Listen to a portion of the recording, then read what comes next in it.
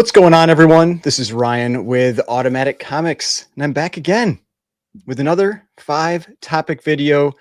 No cuts. This is just me going uncut on these videos, not doing any edits or anything like that, so you can get hopefully my unfiltered opinion on these topics. And if you saw the thumbnail, this is about largely. I'm going to do one other thing too.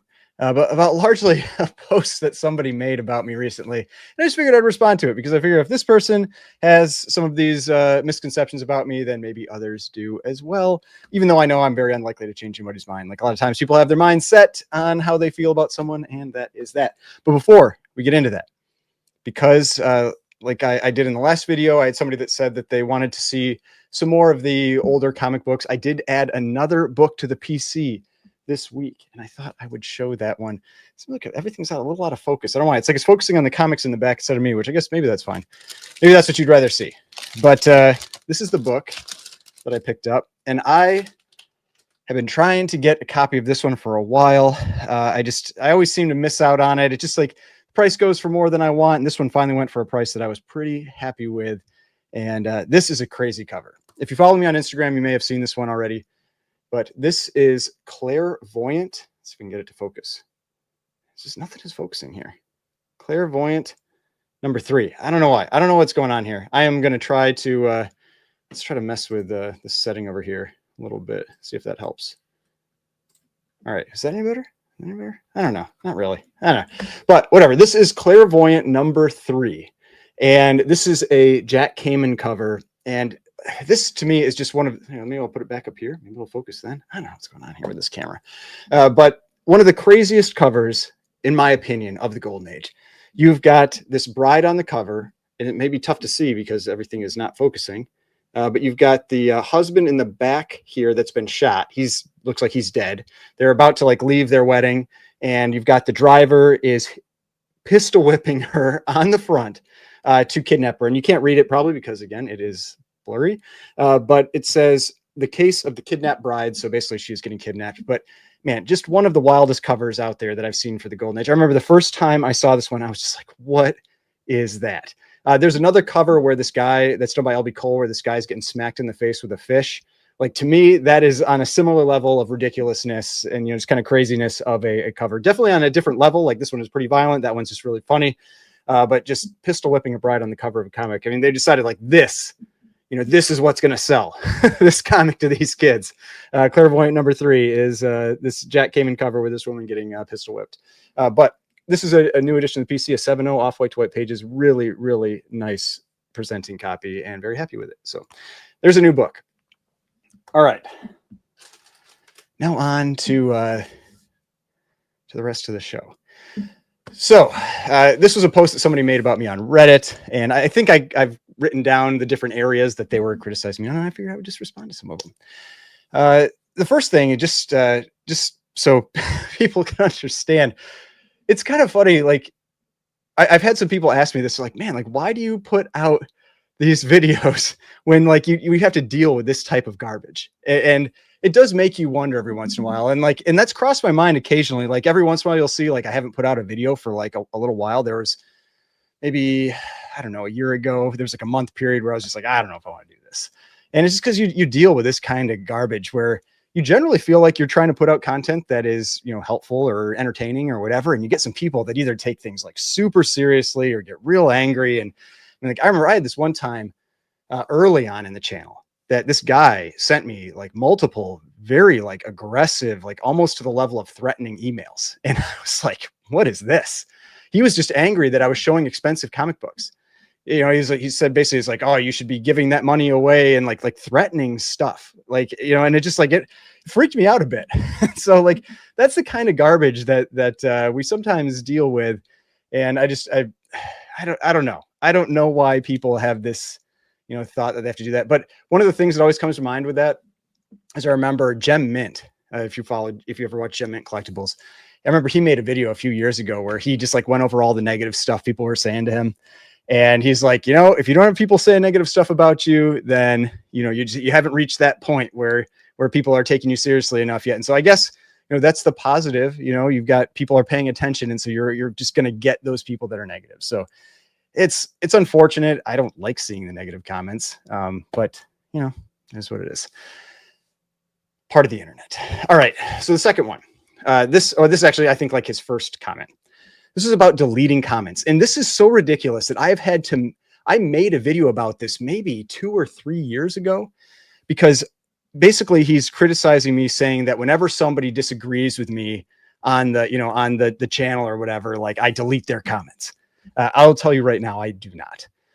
I think in the last 2 or 3 years, I've probably removed 2 comments, something like that, 2 or 3. And the only time I will remove a comment at this stage is if it's like racist or something, like some awful comment like that.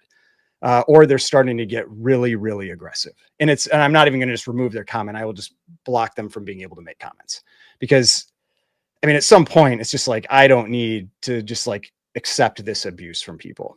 So, I mean, if he was one of those 2 people, or like one of those 2 comments, I guess, then, that's what it is. But otherwise I do not delete comments. Now there is something, I got like a hair over here or something like that. I'm trying to get rid of that because it's bothering me. All right. There is something though that people need to be aware of, because this was something where this became a big deal back when there was that, the CGC like Swapgate stuff, where somebody posted a comment on the first video I made where I found the books that were swapped in, where I'd done kind of like a bunch of checking of books on Go Collect, and I found these books that had been swapped in. And somebody from the CGC forums wrote into my comment section. This is what they said. I did not see this. This is what they said. They wrote into my comment section that they had found like another swapped book, and they had pasted in a link to the forums. So it was awful timing, because I found that same book and I made a second video about it, and this person was furious. And so I was just getting hammered on the CGC forums. This person was furious. They thought that I stole what they found and didn't give them credit. Like, I don't want to do, like, we make like nothing from these videos. Like, I don't care. I'm not trying to steal credit from anyone. But that's what they thought. Now, the thing that happens is if you put a URL, like a link, into one of your comments, YouTube immediately deletes it. They think you're trying to scam someone or whatever. They will immediately delete it. So if you are ever putting a comment into my comment section and you're putting in a link, I'm not deleting that. YouTube is deleting it. The other place that I have seen YouTube delete comments is if somebody kind of like spams in comments where, and maybe they're not doing it intentionally. They like commenting, and they make a bunch of comments back to back to back. YouTube will interpret that as a spammer and remove them. And so just be aware of that. Like, it is not me. I'm not removing your comments unless you're making some super like racist comment or something. Like, yes, I will remove your comment. Or you're attacking someone like just awful in the comments. I will remove your comment. But otherwise, I don't care. Your comments help the algorithm. They show interaction. They help share the video. Like, I keep them in there. And you can see that, like, there's been people like that one where I was talking about people getting angry at me about my grocery bill. I kept all those in there and remove anything. So yeah, I'm not deleting your comments. If they're being deleted, 99% of the time, it's going to be YouTube that's doing it, because you either spammed comments or you put in a link or a phone number. They don't like phone numbers. Somebody tried to give me a CGC cert number, and YouTube apparently kept deleting it. They were asking if I saw it, and I didn't, because it was never showing up in my feed even. And so just be aware, there are certain things that YouTube does automatically delete comments for. All right, enough about that. Next one. This one is one of the wildest takes. I did not expect to get, like, when I say, like, there's sometimes you make videos and you just do not expect to get the feedback that you get. This person criticized me about, I've made a few videos about collections that have been found or, sold off or whatever. And I've gone through and I've like priced out those books. And basically my idea behind it is that I'd like to try to make people aware of, what they can do to determine the values of their books so that they don't give away what they have collected or their family has collected over time. And I had maybe 1 or 2 people comment in the videos that I did on that. And maybe this was one of those people where they were like, oh, you're just jealous that you didn't get that collection, and that, you know, you're just like posting about this because you wish you would have gotten it. And it's like, I can't even comprehend that, you know, like what good, like if that was my goal, what good would it be for me to talk about this stuff and help educate people about what to do if they have a collection? Like, I would just be hurting myself. Like, I would never make videos about that if my goal was to try to take advantage of as many people as possible out there that are selling their collection. It's just such a weird take. And what I said, and I've talked about this once in another video, because it surprised me so much with this comment. That to me, I mean, like, I honestly, I feel like that says more about the person making the criticism than it does about me. That they feel like that must be, you know, like the only reason you would do this is because you're jealous that you didn't get to scam someone. I'm like, that's a crazy take.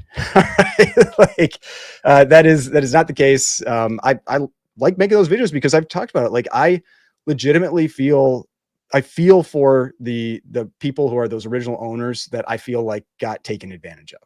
Like, I get it. I get the comic business and, you know, needing to go out and like buy collections. Like, if you're a dealer or a reseller or whatever, needing to go out and buy collections and make a profit on it, I get that.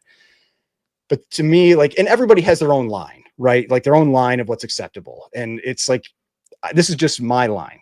And it's kind of like that line of what is a acceptable amount of profit. And some people have a different line than me, you know, and that's fine. But that's what how I look at it. And just, I think of it as like, would I be comfortable with that if I did this, if I bought a collection for $5,000 and made $100,000? Like, that's kind of the thing, like, that I'm looking at. And, you know, everybody gets to make their own choice on that.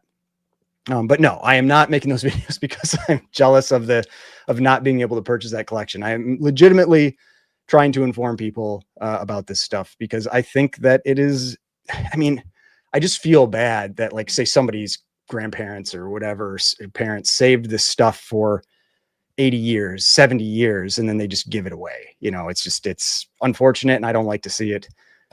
Especially when it's like small collections, like small high dollar collections. Like when it's a lot of books, like, I get it. Like, that's a ton of work. I've got books I'm still listing from a collection I bought over a year ago because I just don't want to do it. You know, it's just a hassle. So I get the hassle of like larger collections. But when it's like just a few like a small collection, high dollar books, I don't like to see that happen. All right. Kind of related to that, their next comment was about, there was a book, like I showed some books I picked up on eBay, and there was a book that the seller had listed it, you know, they didn't say it was incomplete. So I just, you know, like that makes you have to go like, okay, the seller thinks it's complete, but it was a book I showed from like 1940 or something, or 1941 or 1939, like a really old book. And I was just like, I knew it was a split spine. It looked like some loose pages. And I was just like, man, I bet this book is incomplete. And the price I got it at, I don't remember what I bought it for, $200 or something like that. The price I got it at, I was happy if it was incomplete or not. You know, I was just like, this will be fine regardless. And when it showed up, I counted the pages and I was shocked it was complete. And the person was like, oh, well, like, did you send them more money? It's like, no, no, I did not send them more money. Because like, I bought that, like, taking on the risk on eBay. Like, that's an eBay purchase where it was from somebody who looks like, I think it was like a record shop or something like that, that I didn't know how well they knew comics. Like, I'm taking on that risk. I wouldn't have returned it if it was incomplete, because I knew I was taking on that risk. And so, no, I didn't send more money. I didn't think it's actually probably not worth that much more. It's like a 0.5 versus a 1. Like, it's not like it's a big jump. And so, no, like, if to me, like, and this is my line, you know, and everybody's got a different line, right? Like, for me, if somebody is posting something on a public, like, sales platform, like eBay, like at auction or whatever, where it has a chance to go for what it can go for, then I think it goes for what it goes for. For me, the other side of it is like the collection buying side, when somebody's trying to, like, I don't know, I feel like they're kind of like trying to like sneak in and get it for way less than what it's actually worth, and not trying to, you know, I feel like, I don't know. It's just my take, right? Like, that's what I said, like, that's my line. And if it's on a public platform like eBay or whatever, like, no, I'm not sending someone more money for a book. I'd honestly, I'd like to meet the person that does that. Like, you get a book and you expect a 9.6 and it grades a 9.8. You're like, oh, like, I'm going to send that person more money. Now, I will say, with the collections that we bought, the one that I bought with Aaron, we talked about that when we bought it. We said, and we haven't gotten the books back yet that we sent off for grading. We said, if anything comes back like better than expected or whatever, and it's like a big jump, then we would give the person more money. But like, I mean, one thing that happened was the Incredible Hulk 181 that was in the collection ended up being restored. You know, like we actually had some things that were worse than what we were expecting. And so, like, you're taking on some risk there. But yes, if I had something that came back much more valuable than I would expect, then yes, on a collection buy, I would provide additional money. And like I said, Aaron and we talked about that with that collection specifically. All right. I think this is the last topic here. This one was also a very strange take. This was a specific attack against my like eBay store, which, I mean, that kind of sucks. Like, to see someone like try to attack, something that your business. Now, for me, it's just it's a side thing. Like, it's not my, my income or anything like that. But, I mean, it kind of would suck to have someone do that when I feel like I try to do everything as above board as possible when I'm buying and selling comics. But their take was that I only grade the good books and everything else that's raw is dreck, and to not buy anything from me, like, because of that. And I was just like, what does that even mean? Like, is this person, are they saying that you're supposed to grade everything? Like, I mean, if you watch my channel, I talk about this all the time. Like, grading, absolutely, you should not grade everything. Like, you have to evaluate every book on a book by, for me, like, this is how I do it. I evaluate every book on a case-by-case basis. And if I think that additional value can be added to the book through grading, I will grade it. If I don't think additional value, or it's going to be too much time and it's not worth, like, I mean, like, sending off these books that I sent off to get graded, when did I send them? August. And I think the magazines I might get back because they're already there. I might get back by late December. The comics I probably won't get back till, who knows, January, February. I mean, it's like 6 months. There's a huge time delay too if you're getting books graded. So yeah, I don't always get stuff graded because you're losing time and you're also having to spend money. And so that's why I've made videos specifically about this, where you should look at, in terms of value, you should look at the books and say, like, this book selling graded versus this book selling raw. Should I get it graded? Because there are tons of books that should not be graded. I mean, I was just watching the interview Mickey did with Reese's Rare Comics. If you haven't checked that out, I recommend going and checking that out. And he was talking about their setup at New York Comic Con. And I think he said that they had like 700 graded books and like 15 or 16,000 raw. It's like, you only grade a certain percentage of books because it doesn't make financial sense to grade everything, because some books are worth less than the actual grading costs. I mean, on my eBay store, I think I have books priced from anywhere as low as like maybe $5 to as high as like 20,000. It's like, are you going to grade a $5 book that becomes worth $15 graded? Like, there are books that are worth less than the grading cost. It's like, no. So, I mean, it was just a very weird criticism that, it's like, it's almost like, I felt like it's like, oh, you're supposed to grade everything. And it's like, no, I choose what to grade based on the additional value that if I feel like additional value can be added to that book. There are also, I talked about, it's like, on a collection, I'm more willing, if I've made my money back, to like take a risk on something just to see what it comes back as. It's just kind of fun sometimes, just get stuff graded to see how it does. And I'll do it for that reason.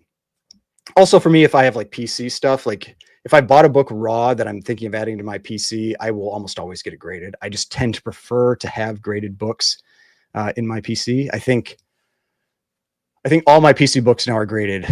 One of the ones, I don't know how many, might be a couple that I bought raw. One that I definitely bought raw that I got graded was my Phantom Lady 17. That one I bought raw. I paid a lot for that. I paid 5 figures for that book raw. and I got that one graded. You know, I took a gamble on it because, you know, it like anytime you're buying a raw book like that, that's that expensive, like you're never real sure. So, because I bought it on Instagram. I bought it on Instagram. I didn't even see it in person until it got to me. And I got it graded. It came back, I think, a 2.5. And so, yeah, I'm very happy with that book. But yeah, just wild, you know. Like I think in my first video I did of these like 5 topics, one of the topics I had, or I mentioned was I was like, just don't be a jerk. Like, apparently that doesn't always come through. I've had people like comment that, like, you know, my eyes seem like they're red.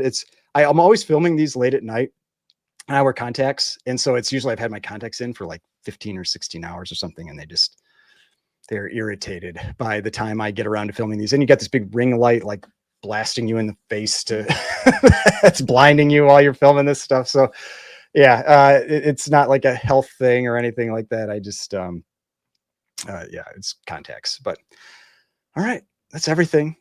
Hopefully you enjoy this video. I don't know. Let's see. I wish this would focus a little better. I don't know why everything's kind of like, does it need to be over by the pipe here? Like, I don't know. It's just such a cool cover. I'm disappointed that it is, I don't know, it's not focusing. But, you know, if you want to see a better picture of it, you know, Clairvoyant 3, you can look it up online, or you can follow me on Instagram and you can go see the picture. Oh, no, it's going to fall. All right. You can follow me on Instagram and you can go see the, you know, the nicer, like, high resolution picture that I posted in this book. But hopefully you enjoyed this. If you did, please hit that like button, subscribe button, notification bell. Make sure to go check out the kind of like podcasts that we've been putting together with 99 Newsstand, Neo Comics and Cards, Swaggle House over on Swaggle House channel, called The Ungraded Truth. We put out a video a week ago, and we're planning on doing some regular ones. You know, it's the #1 podcast on collectibles on the internet. So make sure to go check that one out. But hopefully you enjoyed this. If you did, please hit that like button, subscribe button, notification bell, and I will see you on the next one.